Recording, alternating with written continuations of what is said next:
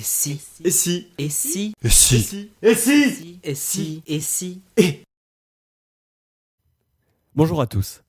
Dans une vidéo précédente, nous avons imaginé ce qui pourrait se passer dans le cas où la primaire de la droite et du centre se passe dans les meilleures conditions possibles. Nous en sommes arrivés à la conclusion que le prochain vainqueur de la primaire serait le prochain président de la République française. Mais que se passerait-il si le candidat élu à la primaire de la droite et du centre était le candidat le moins populaire dans les sondages actuellement ? Oui. Et si Jean-Frédéric Poisson était élu à la primaire de la droite et du centre et devenait donc le candidat à la présidence ? Bon, techniquement, cette situation est impossible. Au vu des sondages d'opinion et de sa faible puissance électorale, il n'y a quasiment aucune chance que Jean-Frédéric Poisson sorte vainqueur de la primaire.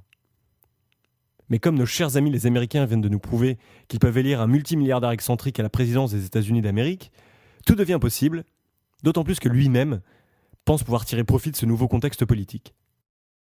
Nous allons partir du principe que l'intégralité des candidats respecte le résultat de la primaire et qu'aucun des 6 autres candidats ne se présente directement à l'élection présidentielle en candidat libre. Tout comme Donald Trump, Jean-Frédéric Poisson disposerait de l'appui et du soutien de la machine électorale qu'est le parti Les Républicains.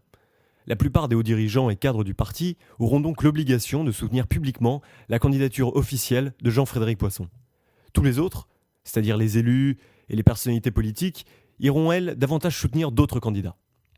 Dans notre scénario, François Bayrou profite de cette nouvelle situation politique pour se lancer dans la campagne et s'engouffrer dans le créneau laissé ouvert par l'absence des candidats moins conservateurs comme Alain Juppé ou Bruno Le Maire. Et il est plus que probable que François Bayrou vienne capter les voix des électeurs favorables à Juppé, c'est-à-dire les centristes, mais aussi d'une partie de la droite modérée et les électeurs déçus de François Hollande. Précisons que dans notre scénario, le candidat de la gauche ne soit pas François Hollande, mais que les sympathisants du Parti socialiste se soient tournés vers Arnaud Montebourg pour les représenter.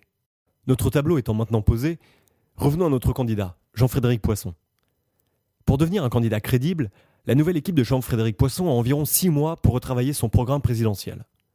Certaines dispositions vont être repensées, comme sa volonté par exemple d'abroger purement et simplement le mariage homosexuel, ou encore de supprimer le ministère de la Culture et de la Communication. Si bien qu'au final, la seconde version de son programme ressemblerait plus à un mélange moins policé des programmes de Jean-François Copé et Nicolas Sarkozy.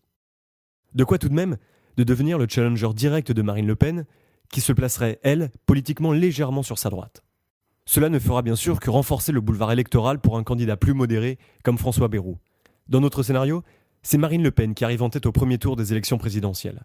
Créditée de 25 à 30% dans les sondages d'opinion et au vu de ses récents succès aux élections intermédiaires, la candidate du Front National serait la première femme d'un parti qualifié comme d'extrême à arriver à un tel résultat. Quant à notre Jean-Frédéric Poisson, il n'arriverait qu'en 4e position, derrière Arnaud Montebourg. On se retrouverait alors dans un second tour opposant François Bayrou à Marine Le Pen. Bien sûr, n'hésitez pas à nous dire dans les commentaires de cette vidéo qui, selon vous, ressortirait vainqueur de l'élection présidentielle. Jean-Frédéric Poisson se sera montré incapable de créer de réelles différences avec la candidate du Front National et n'aura pas su attirer vers lui un spectre d'électeurs suffisamment large pour rassembler une majorité de suffrages.